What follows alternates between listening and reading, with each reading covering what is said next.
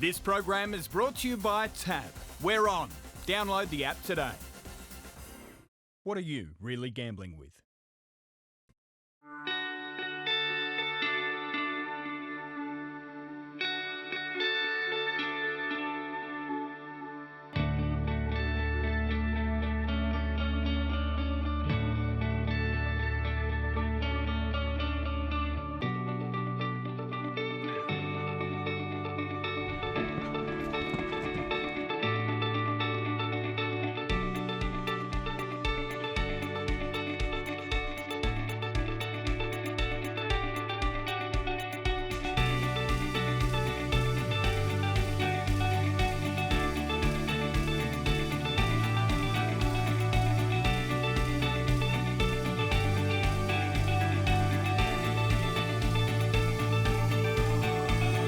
Hello, I'm Caroline Searcy. Welcome to the return of Thoroughbreds Go for Series 2 in 2023. Coming up on this week's show, we visit one of Australia's great Olympians on Aussie Thoroughbreds, Shane Rose, with his Bimbadeen Park business creating links between the racing and equestrian worlds. Also the excitement and then letdown of competing with off-track Thoroughbreds. We spend time with Equimillion competitor Leah Beth Anderton, sponsored by Thoroughbreds Go, whose mount Only Tiger was slightly lame and unable to compete in the show jumping, but it's a true story of the love of the horse. And another tale of thoroughbred care in Arrowfield Studs' Strapper Stories. That's all coming up on Thoroughbreds Go.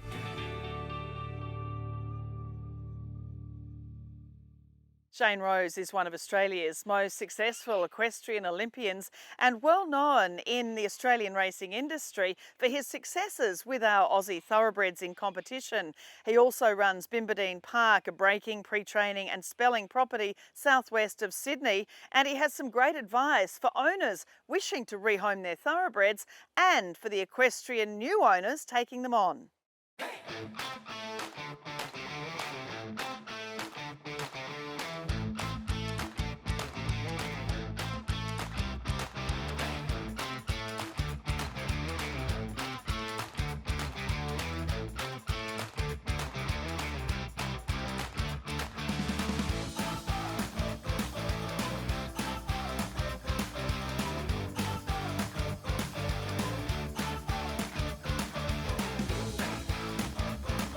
I've been fortunate to work with amazing horses like Racing to Win and Streamer, I think 3-year-olds of the year, and more recently Capitalist, She Will Reign, to your Golden Slipper winners, and the Autumn Sun, 5-time Group 1 winner. Yeah, amazing horses to work with. Shane, it's been great to catch up with you here at Bimbadeen Park, and it's just a fabulous operation. The mix, of course, of your elite 3-day eventing team, so many young people that are here riding thoroughbreds, and of course yourself, and also your pre-training, breaking, and spelling business. It's a huge operation. Yeah, no, well, thanks for coming. It is a big operation, and like you say, we've got different components to what we do. We've got a spelling farm for our spellers. We do most of the pre-training and breaking in here out of Bimbadeen. And then once that business side of it's done, then we go on to the competition horses and work them in the afternoon. It sort of works for me quite well that my staff are all eventers, and it helps me to get good staff for my thoroughbred business. And so all the riders we have are, they're all horsemen, they've got their own horses, they all ride and compete.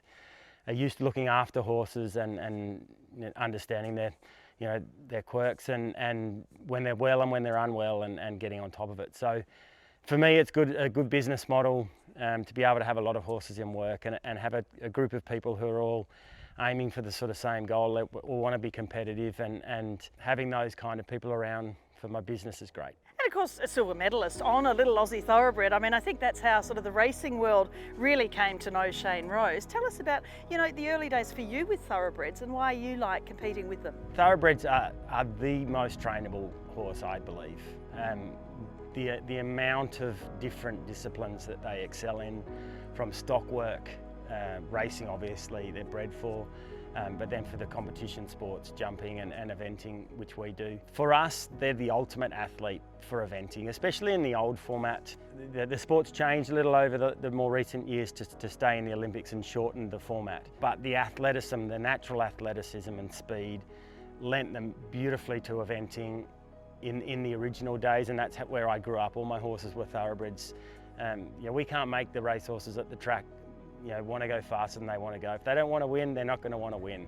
Those good horses actually want to try for you, and that lends itself to our sport really well. So yeah, that's sort of what got me into the thoroughbreds and as sport horses, and has kept me coming back for more. And we filmed it with, Matrix, we filmed, different things at Adelaide 3-day event with different horses, and some, obviously a part warm blood and part thoroughbred. And the band that we've seen here today, just a younger horse coming through, they're all different though. I mean, do you see different ways that, you can sort of help people, equestrian riders taking these horses on, about promoting the best things about them, but also the things they need to be aware of, that they are slightly different to a lot of other breeds? Yeah, no, definitely. I think probably the thing about a thoroughbred is they've often been tagged as hot horses. Unfortunately, we train them to be hot. Pretty much most days in its life, its aim is to run fast. And not every person who's training a thoroughbred has the experience to know how to harness that enthusiasm. So there are some horses that have come out and been a bit crazy and a bit wound up, and aren't suitable for competition life after racing.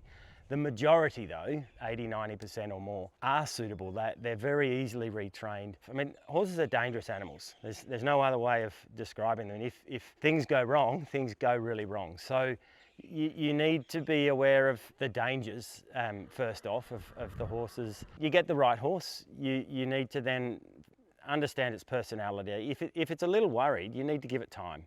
You need to allow it to settle in and to relax and forget about its racing life. If you put too much pressure on those horses, they're a bomb.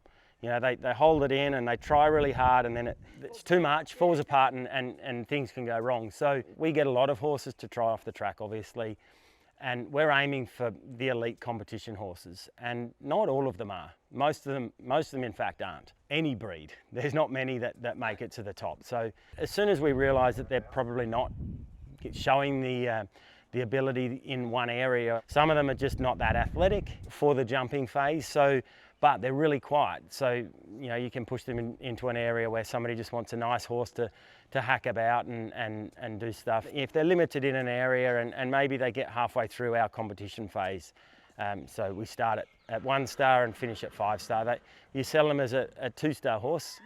It goes to a kid and they can bring them back up to that level and have a really good relationship with that horse going forward. And I guess the biggest thing for us is we always want the horse with a good temperament. There are only so many that can go into equestrian homes. There aren't enough equestrian people to really take them. What would you say to owners and trainers trying to find homes for so many thoroughbreds? What are the steps they can take?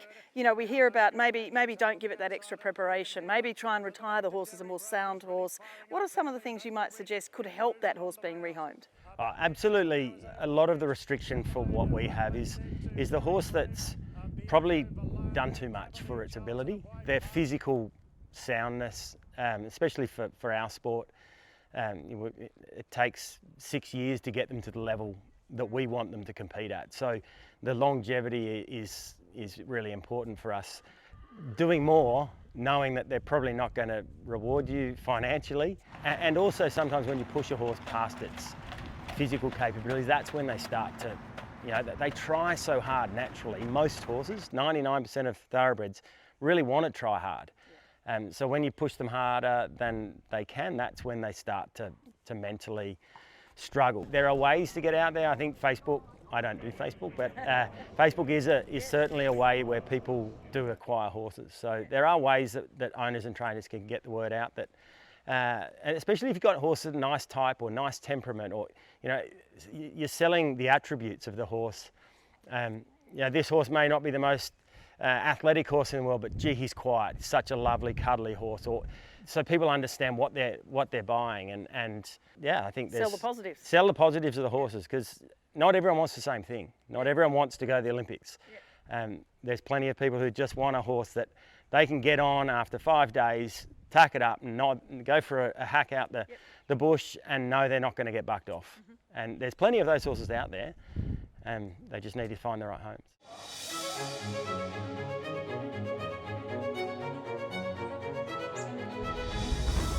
Beautifully. Well, he's only got to jump this fence to take the title, and he has.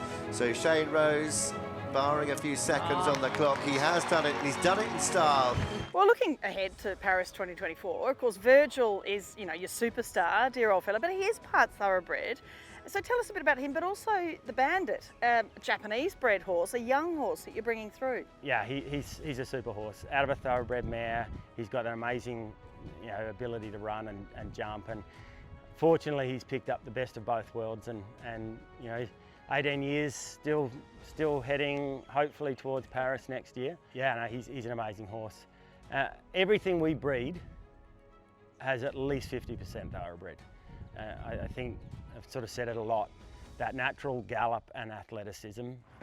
If you mix it, for our sport, if you can mix a bit of power and strength in it, but the base of what we do is the thoroughbred. And you know, you take a horse, I'm very fortunate, I got a truckload of horses given to me from Waratah Thoroughbreds when they were shutting down, and the Bandit's one of those. He's a little bit older than a lot of horses that we would start off the track. He spent a few years in the paddock. He is a machine. He gallops and jumps for fun. He loves it. He's only a couple of years into his competition life. He's already sort of was at 3-star, which is, you know, 3/5 of the way up the ladder. I think he's got a really strong future. He's still very quirky. He's only got one place in the cross ties that he'll stand. But he's improving every day. Once he understands something, he relaxes and takes it on board. And I'm really hopeful that he will continue to, you know, climb the tree and end up doing some amazing things. Tell us a bit about the breaking pre-training. I saw you out on a lovely little filly out here, and first in the round yard, and then first time you'd had her out sort of doing trying to get her to do flying changes, and it's fascinating just how, you know, she's a bit worried about what's going on, but you see them actually learn almost every step they take. Yeah, no, I think especially with our breaking process, we very much have the philosophy of education as opposed to just working them until they're tired. So we try and keep them quite fresh and alert when we're doing things. Horses learn through repetition. I'm very black and white in this is right, this is wrong. Just because a horse doesn't know what's right and wrong from the start, very clear, this is acceptable behaviour, this is unacceptable. If you show them the way, they want to find the way that's most comfortable for them. The first time you went to turn the filly, she sort of didn't understand, and then a few times later she really sort of, oh no, actually we go this way and that way, and they're naturally athletic, so you just give them a little help to change leads and they learn to find their own lead. And I really enjoy the breaking in process. I always say that they're like a book. You just got to find out what kind of book. It is an action book or thriller, or some of them hold drama. Some of them hold their emotions in and feel like they're really doughy, but they're actually really and building up inside. So you've got to take more time with those ones. Or there's another one that's actually a bit obnoxious. Well, you need to be a little tougher on him.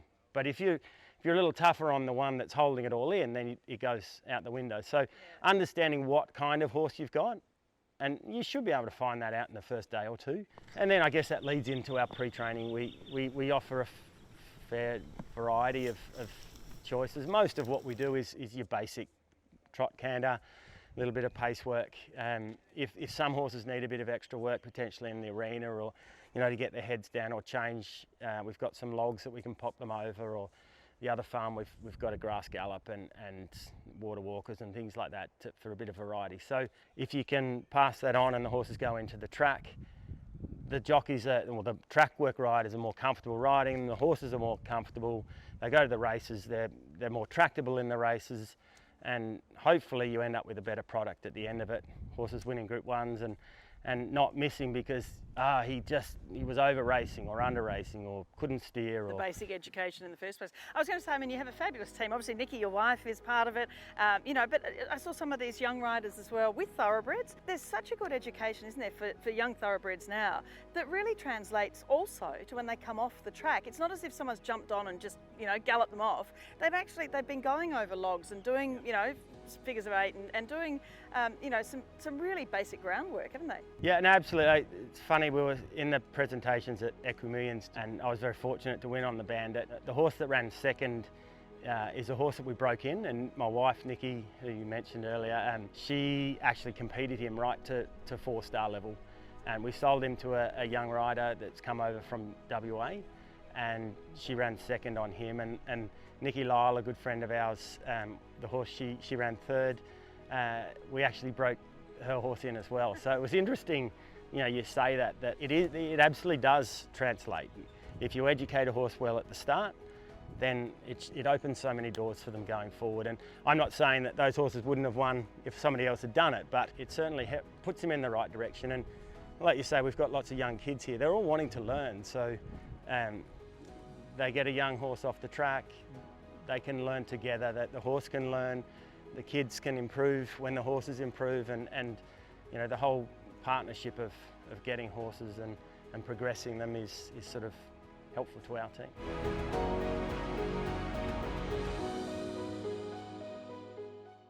So exciting to get up close with these magnificent horses and to think what they'll achieve in the coming years. And thanks to Shane and Nikki Rose for having us at Bimbadeen Park.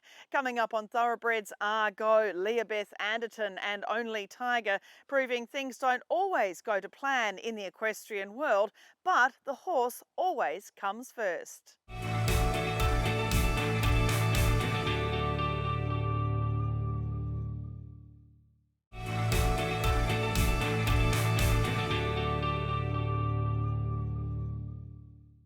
Thoroughbreds Are Go was proud to sponsor Leah-Beth Anderton and her thoroughbred Only Tiger at the recent inaugural Racing New South Wales Equimillion, along with other studs, trainers, owners and plenty of other individuals who supported riders competing at the event.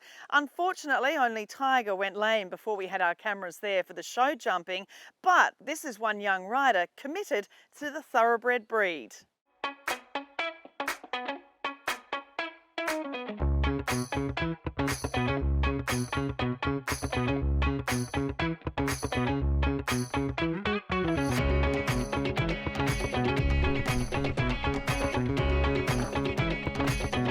It's so fantastic to meet you and find you have the gorgeous Only Tiger. It's so exciting for someone such as yourself, a young person, to have a really sweet, gentle thoroughbred. Yeah, he's such a good boy. I'm so happy that I found him, and it's so lovely to meet you and find out more about Tiger's backstory and life before I had him in racing. But Only Tiger is going to make it the quick double in a week. So what are you mainly doing with him? Because he just looks to be a beautiful mover for whatever you'd like to turn him to. So I do a lot of dressage with Tigersy because I just really think dressage is the basis of everything. And then I build on top of that with obviously the jumping. So a lot of show jumping and then cross country as well, but he just takes so naturally cross country that it needs less work. And I think that has a lot to do with in racing he did a lot of long distance races. So it's like building off that long distance with jumps. So he loves it. And then the show jumping is like the really technical side. So I do a lot of dressage with him to put the foundations there, and then the show jumping's building off that with all the turns, with the flying changes, with the come back, go forward, and it basically just all feeds into each other. So yeah, eventing is probably his thing that he really loves. What are the differences when you're educating a thoroughbred such as Only Tiger for these sorts of competitions effectively? So one of the big things I've noticed is how fit he gets and how easily it is to get him fit. I was talking to my coach about it as well, and she's had warm bloods and thoroughbreds. And one of the things that she really said is with thoroughbreds, they have such a natural fitness because that's what they're bred to do, and on the track they've got all the fitness built up from such a young age that he's just so easy to build up the fitness. So that's one of the really highs of it. And he's really naturally athletically built and just quite a natural athletic horse. So even though you sometimes see like these big warm bloods that people are training and they have this lovely jump, they're often quite gangly and a lot less fluent, especially on like on the cross country, and in the show jumping they look a lot more fancy, but they often have a lot more issues gaining a rhythm and that natural athleticism. Some of the more difficult sides is that they're less flexible often, and so it takes a lot to sort of build up that flexibility, but I always stretch on the ground as well before riding them. And then also on the saddle, I go back to dressage again, building up that different shape with the like in the proper frame, working along the back and along the top line, and then lots and lots of bending exercises, and then the shoulders in and the leg yields, which really get that bend through the back and through the rib cage, and that's what really gives them the flexibility and the athleticism, and then they're just such good horses and they're so willing to learn. Like Tigesy, after everything, like if he does something well, he just gets big pats, because as soon as I pat him, his ears go and I know that like he responds really well to that of like learning, and when I come back the next day, and if I do it again, then he usually has it like really quickly, because he's like, this meant pats. So it's like a really good, yeah, so easy to sort of teach. Like the best thing for them that I found is as much hay and roughage, especially like the lucerne, because it's so high in protein. So if just as much hay as they'll eat, you keep giving it to them. And then another really helpful thing that actually my bodywork got me onto is protein and protein pack, and building them up on the protein, because like lucerne's so high in protein, adding more protein to their diet, it really helps them gain muscle, and especially when they're in work, it actually makes it like them build up faster, because they build up like when you're working them along the back and you've got them on protein pack, it builds up the muscle along the back, which then builds up the condition. And it's so great for Thoroughbreds to go to be supporting yourself and Only Tiger at Equimillion. I mean, it's such a great event as far as the prize money, but it also really creates links, doesn't it, between the equestrian community and racing. Equimillion I'm really excited for, and I'm so grateful to be able to attend, and it should be really good to see so many thoroughbreds out there and just really like doing well in their disciplines. It's I like to think of competing or competitions. This is what my coach has taught me as well, that you do all of the hard work and training at home, you go to the competition and it's all about the planning. It's the planning from start to finish. What I'm actually aiming to do is not win, it's not do really well, it's not be the best in the class, it's execute my plan. Because stuff happens, and if you like base your this is what I want to do, I want to win, then that's not a goal you can control. So I always just aim to go and ride my plan.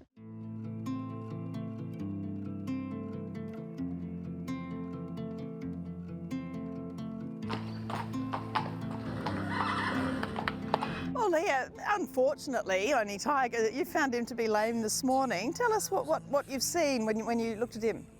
Yeah, so it's a bit of a disappointing event, this one, but that's just part of it. So this morning I've just gone and looked at him, and I've been managing swelling on the knee.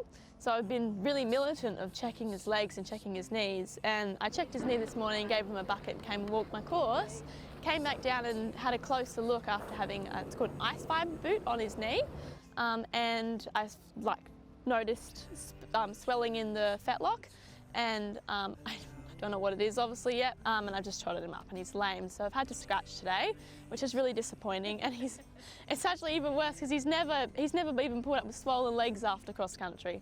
So he's usually pretty dead sound, so it's really disappointing, and I'll now have to start managing this one and trying to rehab him again, but part of it. But you're handling it well. I mean, as we all say, this is horses, isn't it? And this is part of it, is, trying to, they're like any athlete. What they're doing out there is quite an athletic endeavour. Yeah, and the ground was definitely really hard for the cross country yesterday.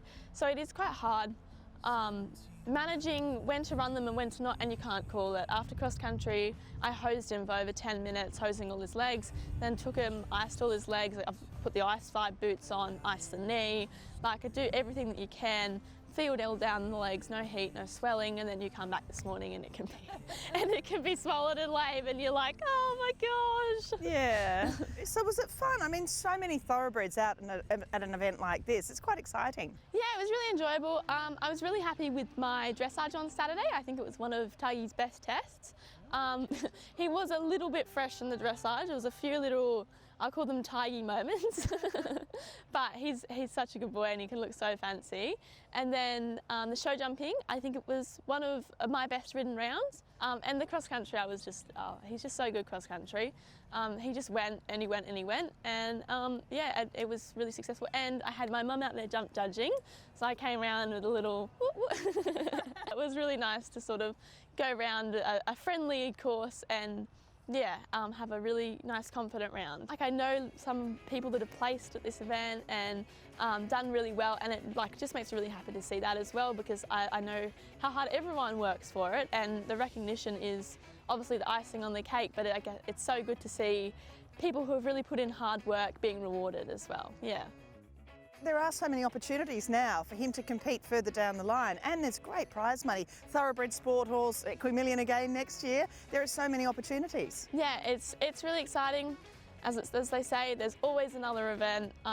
It's really disappointing, this one, and difficult to sort of, I don't want to say move past, because it's like, oh, could have, should have, would have, but everything happens for a reason, and it's just, you just get dealt the cards you get dealt that day. My sponsorship from Thoroughbreds Are A Go has been incredible. I would not even have been able to get here without it. Everything came together, and at least I was able to get here. So I'm really grateful, and yeah, it was amazing to see so much support.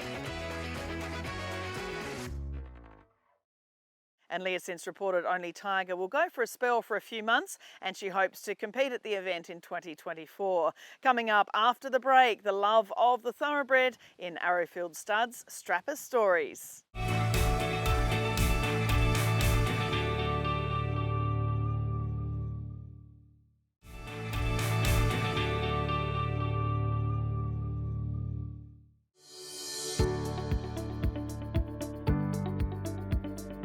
So in 2018, Shane and I broke in Yee from the Hermitage Thoroughbreds, and straight away I thought he was a very uphill and powerful horse by No Nay Never out of a Galileo mare. He had a great brain. He just sort of straight away took to eventing.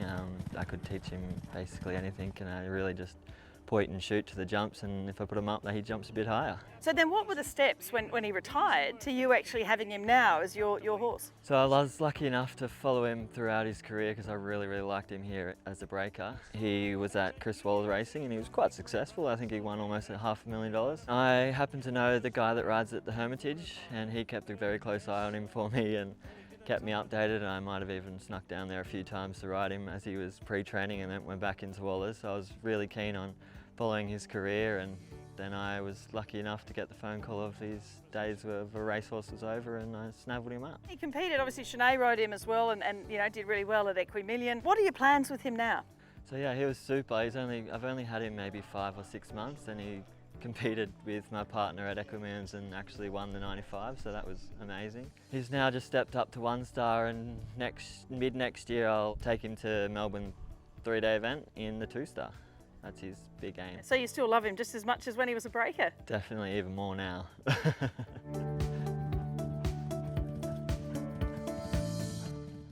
That is Thoroughbreds Are Go for this week. Join me again next week as we bring you an utterly delightful story of another great Aussie Olympian, Merv Bennett, and his well-known son John, training thoroughbreds to race, and with a family chock full of off-track thoroughbreds in the show jumping arena. That's next week. I'm Caroline Searcy. I look forward to seeing you then.